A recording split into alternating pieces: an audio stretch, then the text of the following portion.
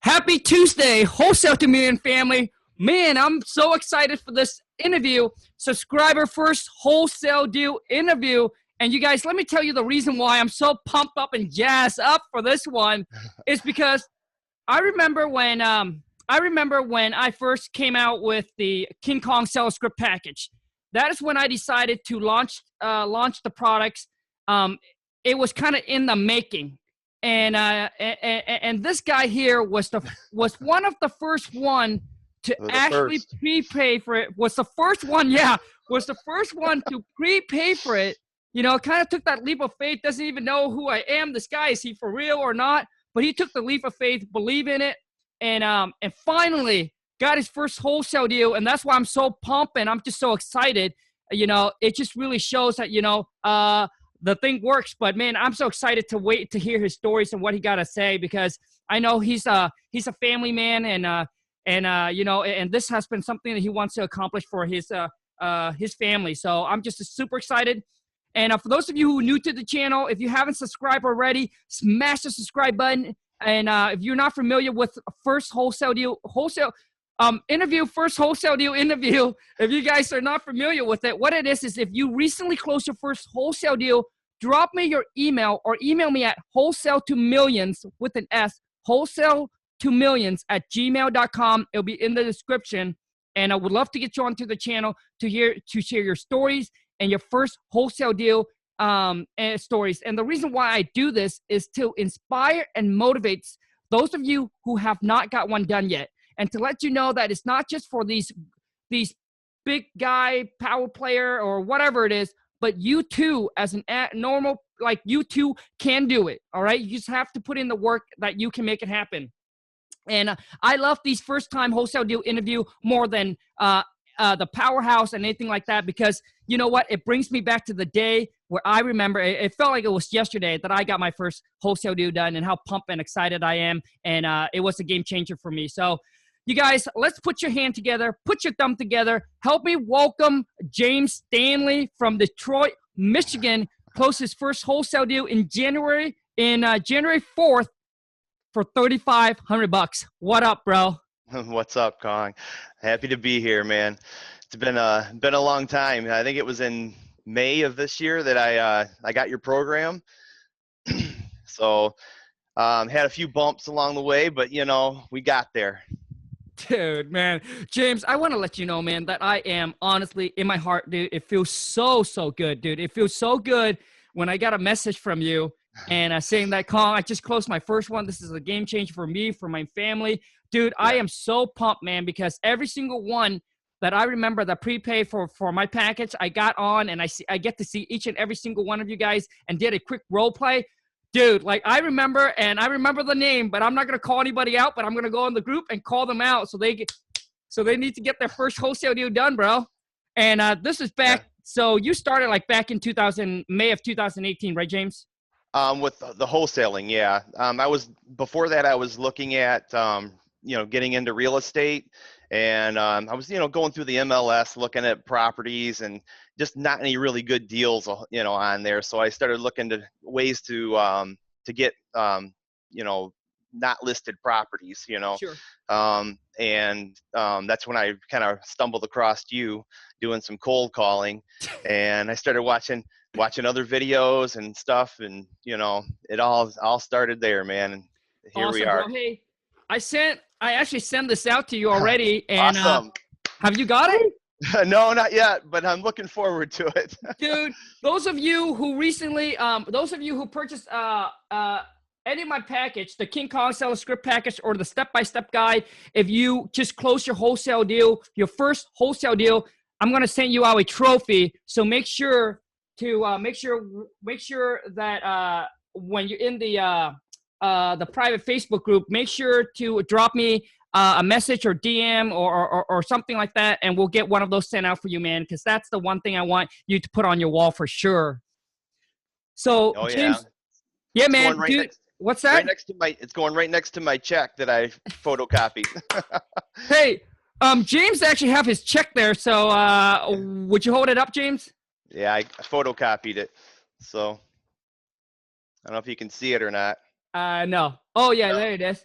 Okay. Yeah. We can barely see it, but for those Here. of you, yeah, there it is. Yeah, that's All what right. people want to see. Show me the Yep. money. And you guys, if you haven't followed me on Instagram, hit me up on IG at Khang, KHANG.WTM. I actually post a picture of James and his check on there if you guys want to see it. And I give out kind of daily tips and motivations. Yeah. But James, let's jump into your story, man. I would love to hear your story, kind of, you know, where everything was at, and then how you transitioned whole real estates, and then talk about your first deal. Sure. Well, you know, I started off working in construction, um, you know, right out of high school. So I have a little bit of construction background, and I started my own business. Always been an entrepreneur, you know, even when I was a little kid. You know, running around cutting grass, you know, doing whatever little odd jobs to make cash. You know, selling selling candy at school, buy it for a low price and sell it up higher. You know, I've always been an entrepreneur in some way or another. Um, so you know, yeah, I became a nurse actually because I started my own business. And then what happened was I started it right as the economy took a nosedive. For 2 years, I did really well. And then after that, I just couldn't get jobs. You know, the bigger companies were eating up all the smaller jobs that I was doing. So I decided at that time, I said, I just threw in my hat and I said, I'm gonna become an RN and, you know, go the employee route. um, and I love what I do. Honestly, I love working with people. I love being a nurse. But I've still got that entrepreneur spirit, you know, down in me. It's never going to go away, you know. So I've known about real estate for a long time. I don't know if you've ever heard of Carlton Sheets. He had a program back in the 90s that I bought, and I started looking into it, but I came to the conclusion back then that I needed to have money to be able to really invest. You know, even though he had a no money down program, I still thought I needed to do, you know, have some cash to be able to do that. So um, let's see,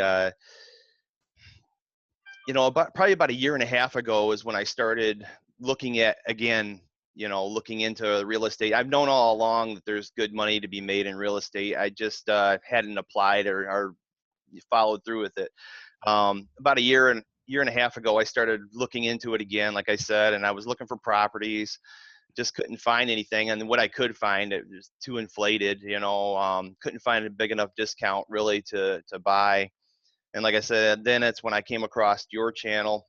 You were doing like some cold calling. And I started looking back at other videos, you know, saw, I mean, you just give a lot of detail, a lot of information.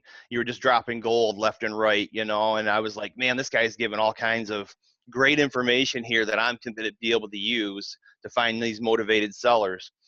And, you know, that's when I started asking you about your package, your seller script package, you know, and I was pushing at you, keep asking, and I finally just said, you know what, Khang, I'll pay up front before it's even done. I just want it. I know I want it.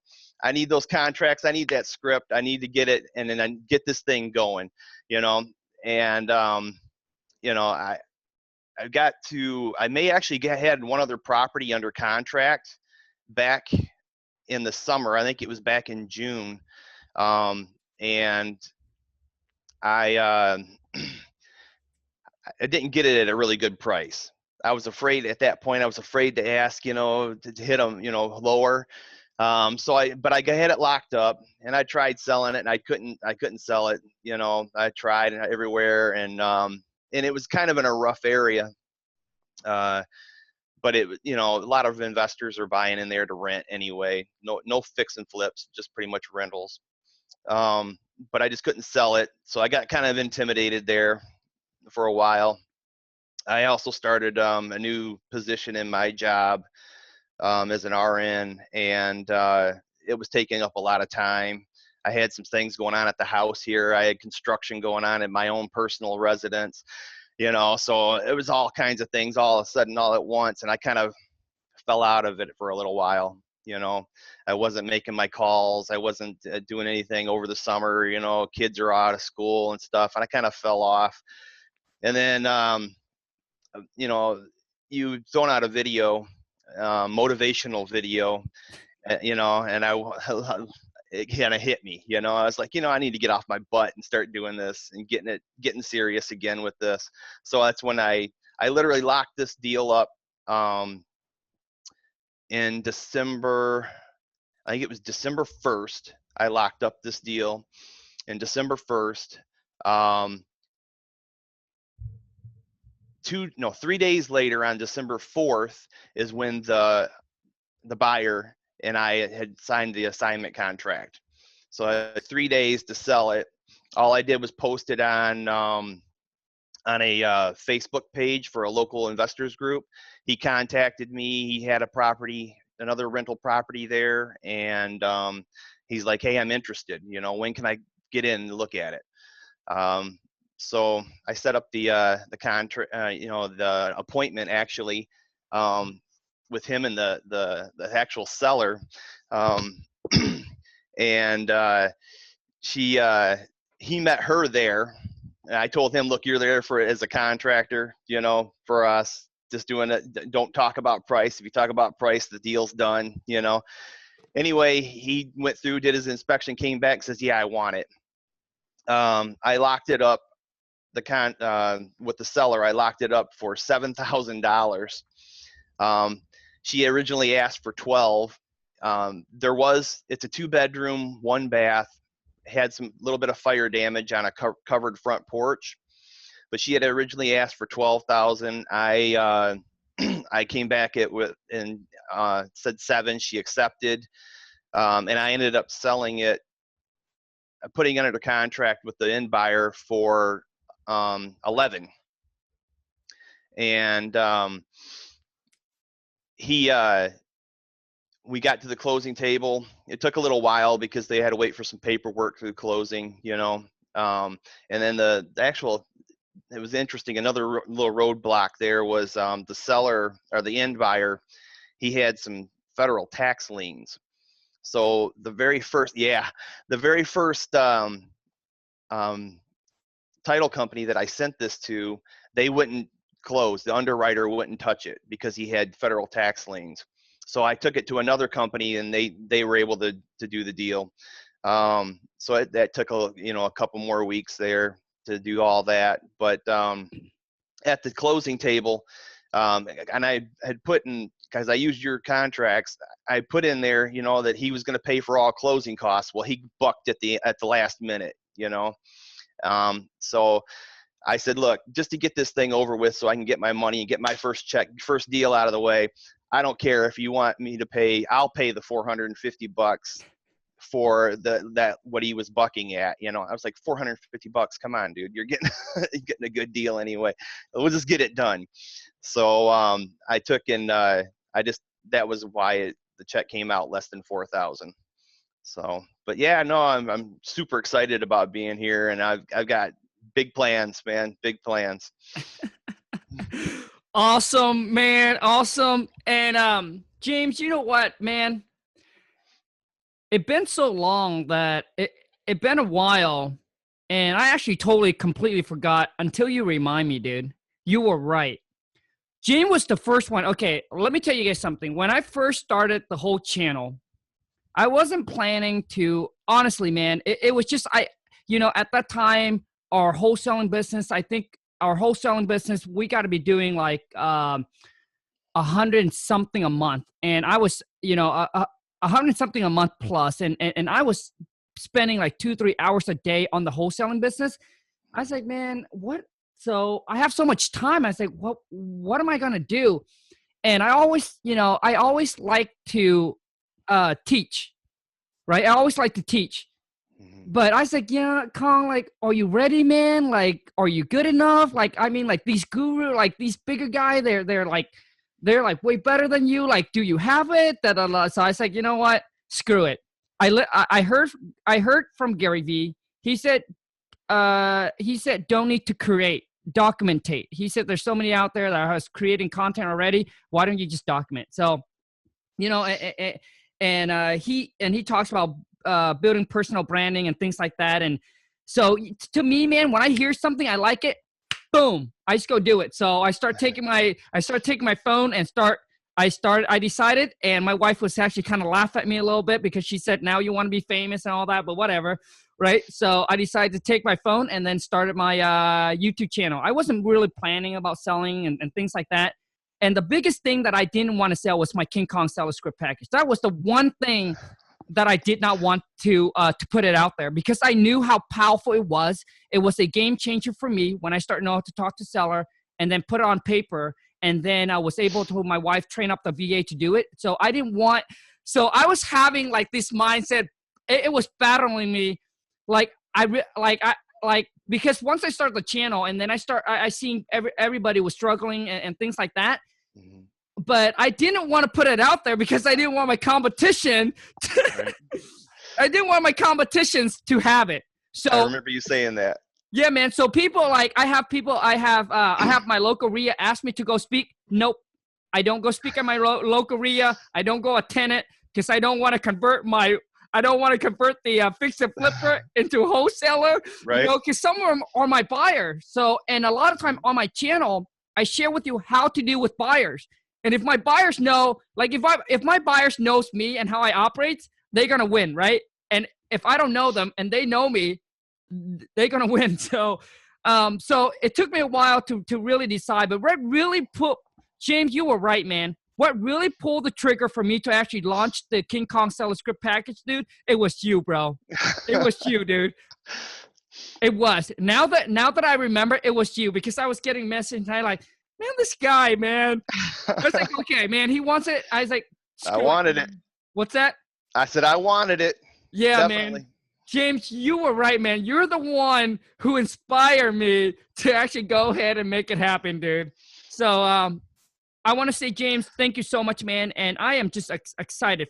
I'm extremely excited for you, bro. And the thing is, the thing is that you guys got to understand, like when you're a part of my private Facebook Massive Action Taker Facebook family, you got to understand, like, I'm not going to leave you alone, man. Like we have other members on there that they are texting and doing videos. It's like when you open your phone, you be like, and you're sitting on your couch or you're not doing what you're supposed to do.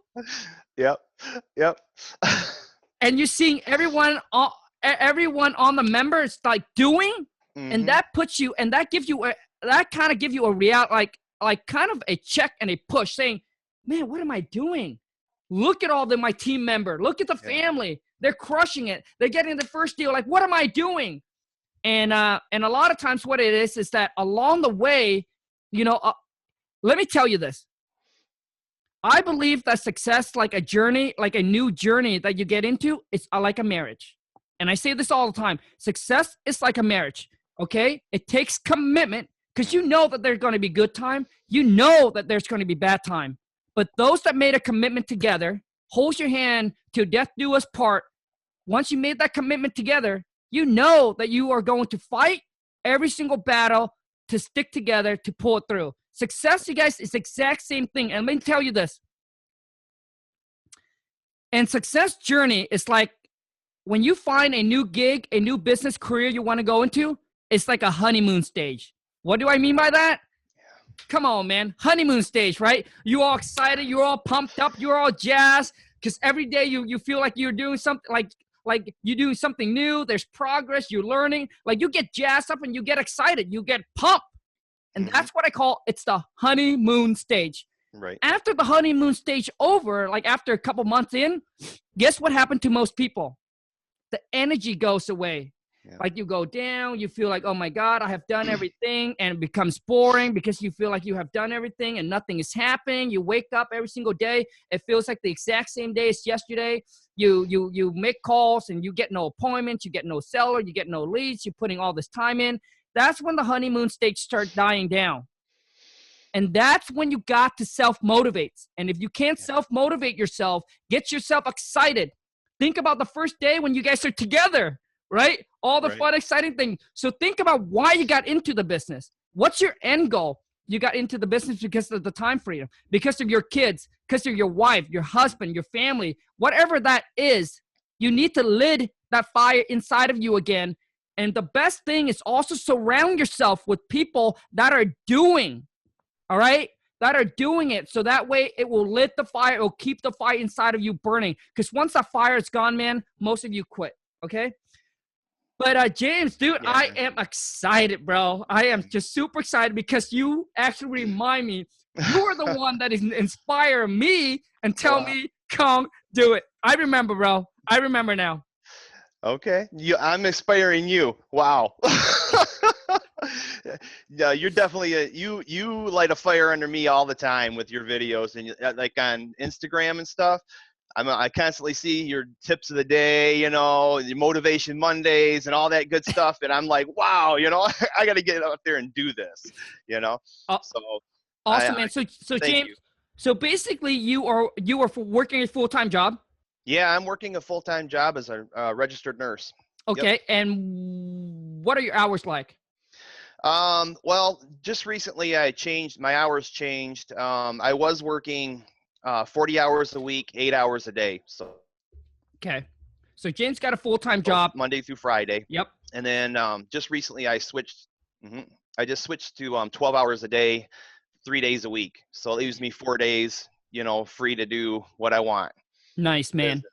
So he was doing a full-time jobs and doing this wholesaling a part-time. Like, do you guys see what I'm trying to point here? Like your want is not enough. Most people say I want. Most people say I want this, I want that, I want this, I want to live a good life, I want to accomplish, I want to make this much, I want to do this. But most of them, like how many actual make it happen? It's got to be more than a want, you guys. It got to be deep down inside of you. Like it's a desire. Like that's why I don't use the word want, desire. Like you got to truly desire it and want it so, so bad, because if it's not priority, you're not going to do it. Trust me. If it's not priority, you're not going to do it. You're going to find some other excuses. But you see, man, people tell me, Khang, I have a full-time job. Can I do this? Yes, Heck you can. yeah, man. Sure, Oh, man. There's people that have 2 jobs, all right? And they still can make it happen. It's how bad do you want it more than the other person, man? Yep. But, dude. Consistent and persistent. Consistent and persistent. Yep. You got it, brother. You got it. So let's get into, James, what's that? I keep saying that over and over again, consistent and persistent. Because I mean, sometimes, you know, I wake up and I'm like, I don't want to do that right now. And I'm like, no, consistent and persistent. I got to keep going, keep pushing, you know? No, man. I hear you, man. I hear you, dude.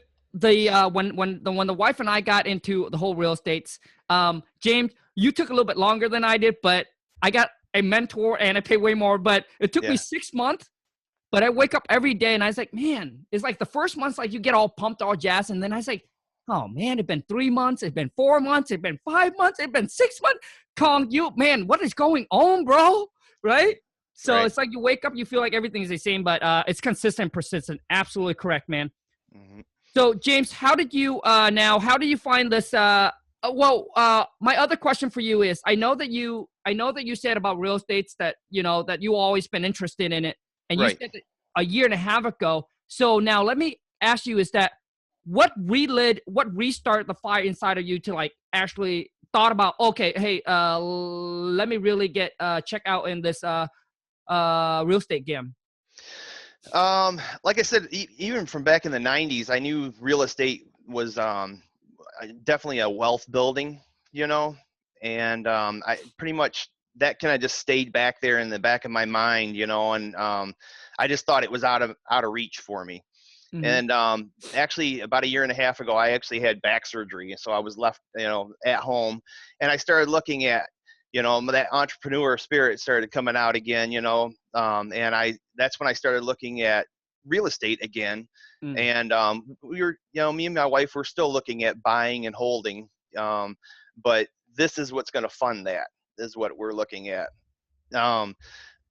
So I was laid off, you know, for a little bit because I was recovering from back surgery. And that's when I started looking into it again, you know, and that's where it all got rekindled in again. And I started studying. Being a nurse, I mean, we're studying all the time. We're learning all the time, new techniques and stuff. So, you know, I'm one of those that I have to learn it before I do it, which I know that's complete opposite of you. You hear it and do it. I'm not that guy. I'm the guy. I have to learn it, make sure I understand it before I take steps forward, you know. But that's who I am, and I work with it, Um, so back then, that year and a half ago, I started looking at, like I said, buying and holding was my thing because I wanted to make all that money. That's what everybody says. That's where you make the most money, and I agree. In the long run, that's where you're going to make the most money. But I couldn't find any good deals, so I just kept looking around, and then I finally I pulled back and I always thought wholesaling is, that's just, you're not going to make anything really on that. It's a job. Yeah. And it can be if you do it all by yourself. Right. So, I was like, no, I'm skipping right over the wholesaling. I don't even want to know what it is, at that point.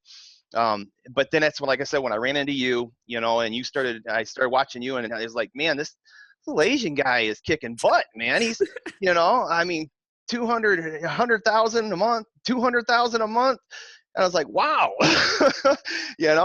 and like you're always pushing out there that, hey, you say you got your stuttering problem, which I have a little bit myself. I kind of stutter on a few words here, here and there. But I mean, you're like, if I can do it, you can do it. And I was like, well, hell yeah, if he can do it, I definitely can, So and I'm not saying I'm better. I'm just saying that if one other person can do it, then I can do it. I feel like I can do anything as long as I have the proper education, really. Right. Well said, James. Hey, man. So let's jump into your deal. So how did you get? So how do you found this lead? So I sent out postcards. I use Go Big printing, and I set up what they call an elixir. It starts out, it's like for every 3 months. Every week I send out about 500 postcards. That stretches over 3 counties in my area. So I send out 500 postcards every week, and she just called me up. The seller did, from one of those postcards. Gotcha. Okay. So when did you start sending out the postcard? I started sending out the postcards in, I think it was the beginning or the middle, actually about the middle of November. I started sending them out again. Okay, so middle of November. Mm-hmm. So back in May and June, July, were you sending postcard? I stopped. I had stopped. Yeah, like I said, I had construction going on at the house, sure. And I switched jobs, so I had a whole new training I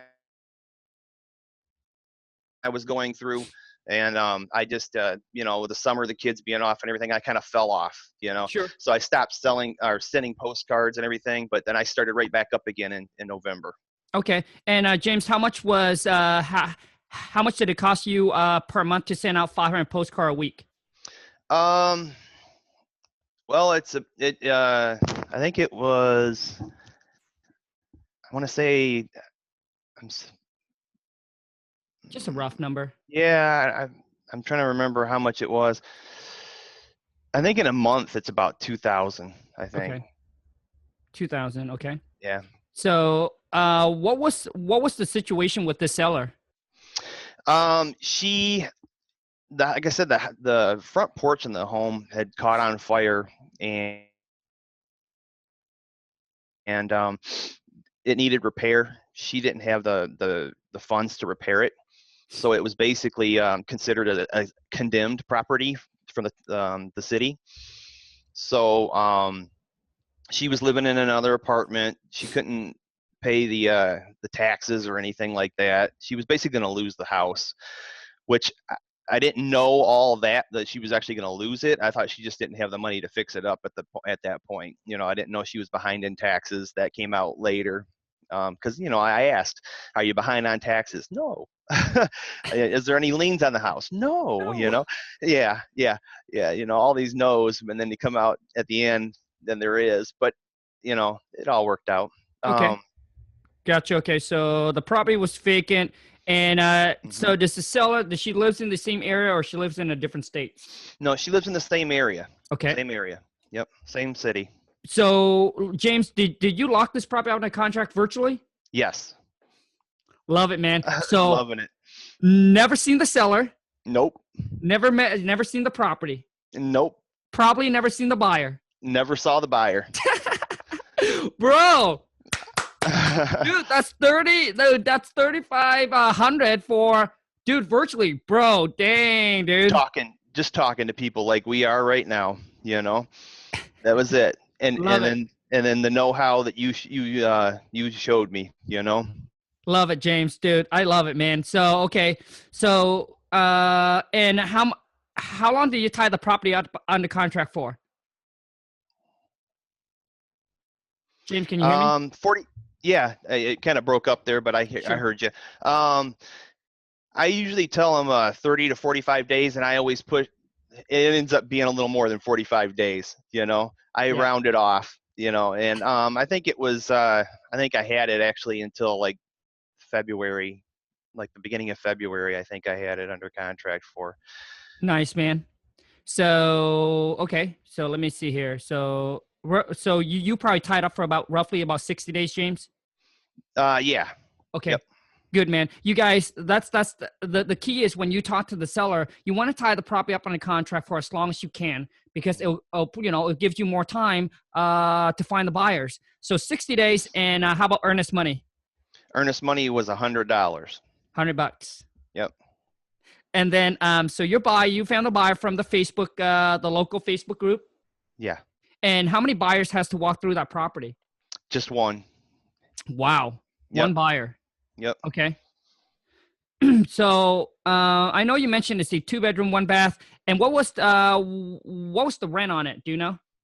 There was no rent. It was actually the lady, she owned the house. She was living there, and like I said, after the fire, the city condemned it because they said it was not livable at that point. So, gotcha. But the buyer, when they're buying this, are they planning to rent or are they planning to flip it?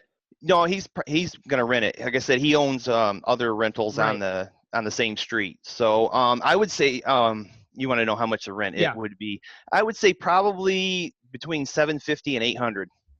Okay, $750 and $800. Yeah. Okay. So James, so this property is still in the same county as you are in, right? Yeah. Okay. So it's in the same county. James, just like me, decided that he's going to do it virtually, where he don't need to go out there. I mean, there's property that's like an hour, half an hour away from me, and I don't want to go see it. So he's just staying within his county, and pretty much what it is just decided to do it virtually, which I think that's the best route.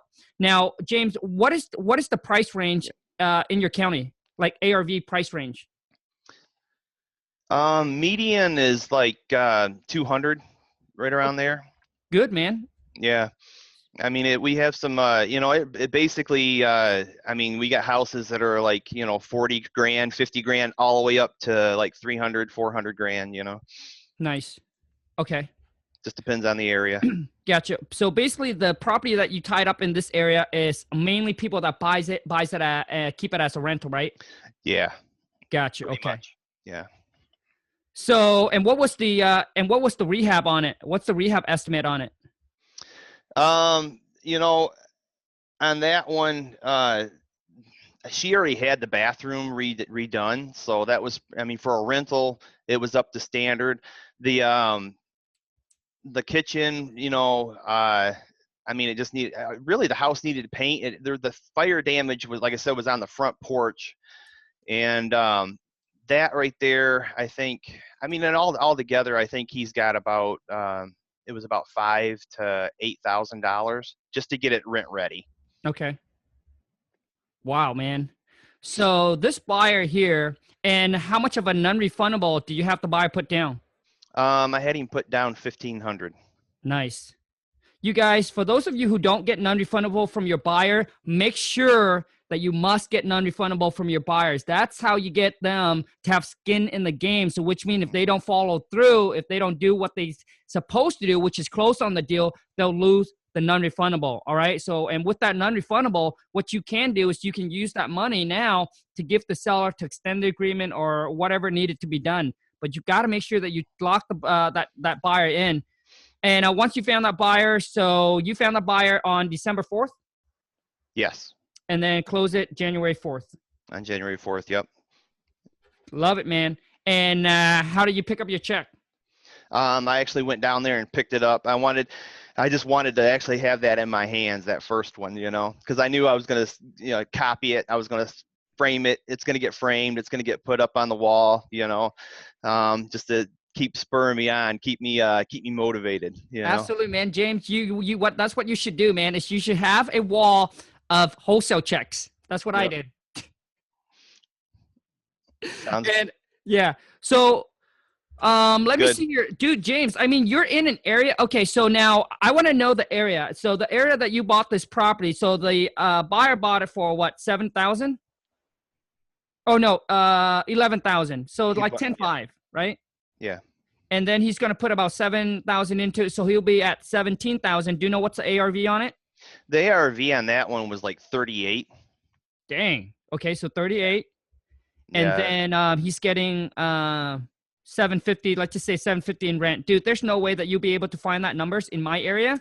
So Yeah. James, so now in that area, is it an A, B, C, or D neighborhood? I would say it's definitely like a D, C minus D, in that area. Okay. So in a C neighborhood or in a B neighborhood, what do you think like average price range and rent go for? Okay, so I've got another house that's under contract right now, and I think they could definitely get about 1,300 to 1,400 a month. Okay. And what's the purchase price? 130. 130. Wow. And the reason why I point that out, James, I mean, you might be in an area where, obviously you make your money on wholesaling and you go and man, like you can buy these property up and get like huge cash flow for the spread. Yeah, I wasn't too worried about if I couldn't sell this one, I was thinking, hey, I could keep this one for myself and rent it out, but even I looked at it, I put it into a spreadsheet, I had it figured out that I could, definitely make money on it and not even have to manage it, just manage a manager, Smart, man. Yeah. I love it. My wife and I, I mean, that's pretty much our end goal is probably just like your James, freaking stack the cash in wholesaling and take all the cash from wholesaling, dump into rental. I don't want to manage it. I don't want to have anything to do with it. Right now, our rental is all managed by property manager. You pay them like 7%. They take care of everything, headaches free. Like I don't even that's why I don't talk about my rentals because my property manager they'll deal with everything. Yep. So that's definitely our ultimate end goal. So yeah, James. I mean that's pretty much you guys, and you guys got to understand. James started back in May of 2018. All right, and then now it's January. So for those of you who's only in it for a few months, and then there was a time period that James took a little break. Yeah. So if you're in this for a couple months and you're like all stressing out and guessing yourself and doubting yourself, let me tell you something, right? That I want to let you know that it is normal. I did it too. It is completely normal where you doubt yourself. You don't know if you can do this. You don't know if this can happen for you. You don't know if this is really real or true. Because until you do one, it's just to you, it's a dream, it's a fantasy, it's maybe for somebody else, but not for you. All right. And let me tell you something. I have that too. I second guess myself. I doubt myself. There's time where I felt like I was like, man, should I continue doing this? Like, is this worth it? All the stress, everything that I go through. Right. So I want to let you know that it is normal. The key is just like James said, consistent and persistent. You just got to commit. Right. Listen to me.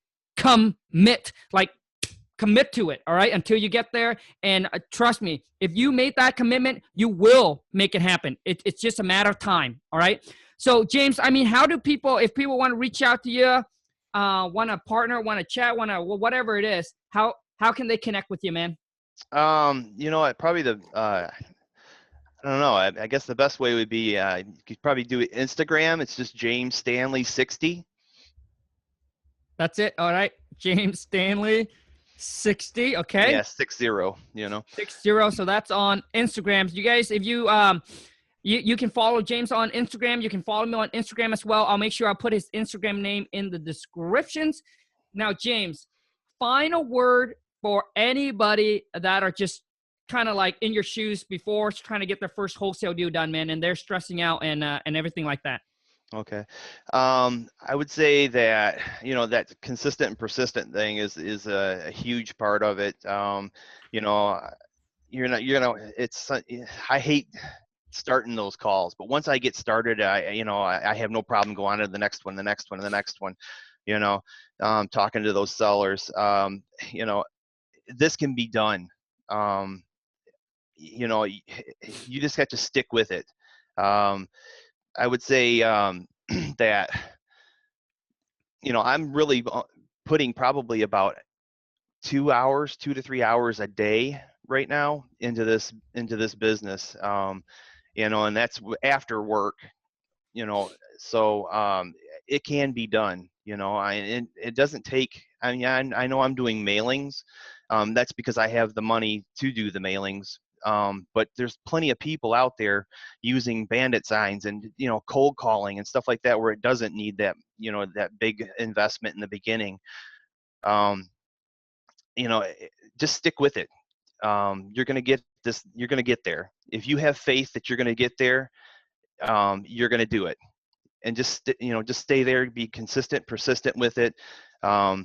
Faith moves mountains, and my faith is doing that for me. And I'm hoping that, this year, by the end of this year, I'll be come back on here and letting you guys know that I reached my goal of 180 grand this year, part-time. Woo! You guys see that?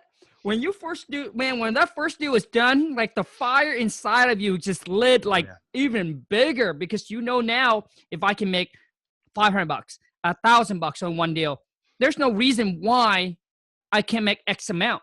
Yep. Dude, 180K, bro, this year? That's my goal. Dude, I love it, James. I love it, man. And you guys, let me tell you, all right, that whatever James just said, all right, and I'm glad that James pointed out, because for those of you who are like, well, James has the money to like market. I don't. Let me tell you something. In this world, there's only two things, man.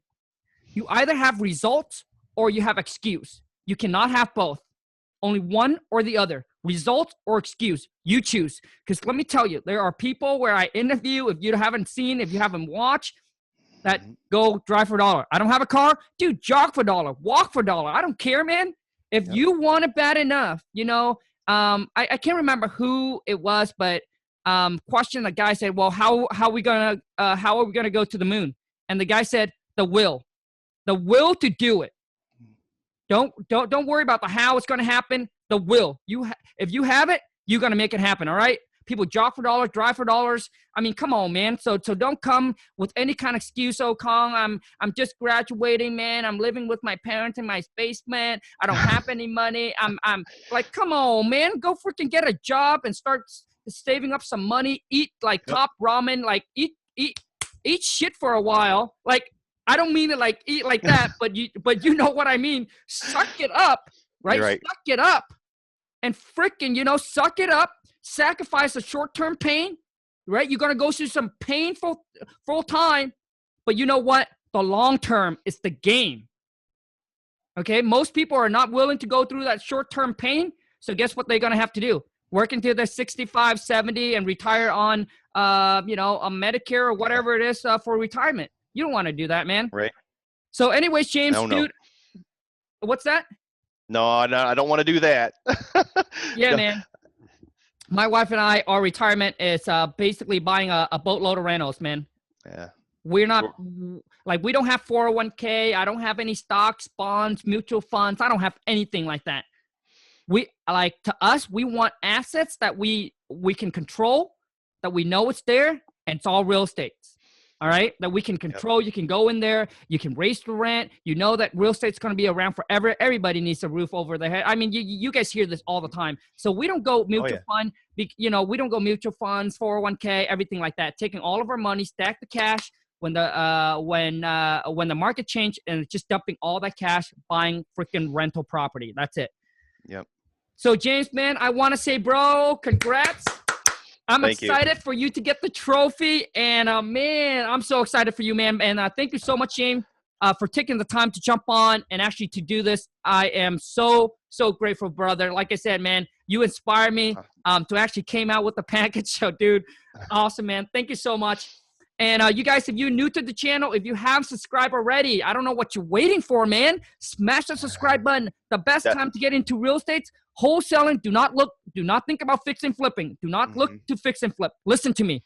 Wholesaling is the one that you want to stick with. If you want the best lifestyle, if you don't want the stress, the headaches, wholesaling is the game. You don't need a boatload of money to start. All right. People start with $50, $100. You don't need a boatload of money to start. What's nice about wholesaling is you're not buying the property. All you're doing is you're finding people that are needing to sell the property, not wanting to sell. They need to sell because they're in a certain situation. People ask me all the time, well, why would somebody sell a property that worth 100 for like 50,000? Well, why would people go pawn a watch or a ring or whatever it is for X amount for like super cheap? Because they needed the money.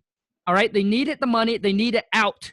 All right. They needed a way out, and they need that cash fast. And that's where you come in and you provide a service for them. Locking that property up on a contract, negotiate at a discount price, lock it up on a contract. That contract give you equitable interest. What that means is whether if you want to buy the property, great. But if you don't want to buy the property, the equitable interest allows you now, it gives you legal rights to go and assign that over to somebody else that wants to move in and buy the property for X amount of dollar, which means for more than what you got to lock up on a contract, because that's how you make your wholesale fee. So if you're new to the game, man, smash the subscribe button. If you're interested in learning about wholesaling and you've never done a deal before, right? I have a bunch of video. I'm sure that you can YouTube and find other people on here as well. But if you are never heard about my step-by-step guide, how to virtually wholesale, that's where I break down each step and showing you exactly what to do in each single step.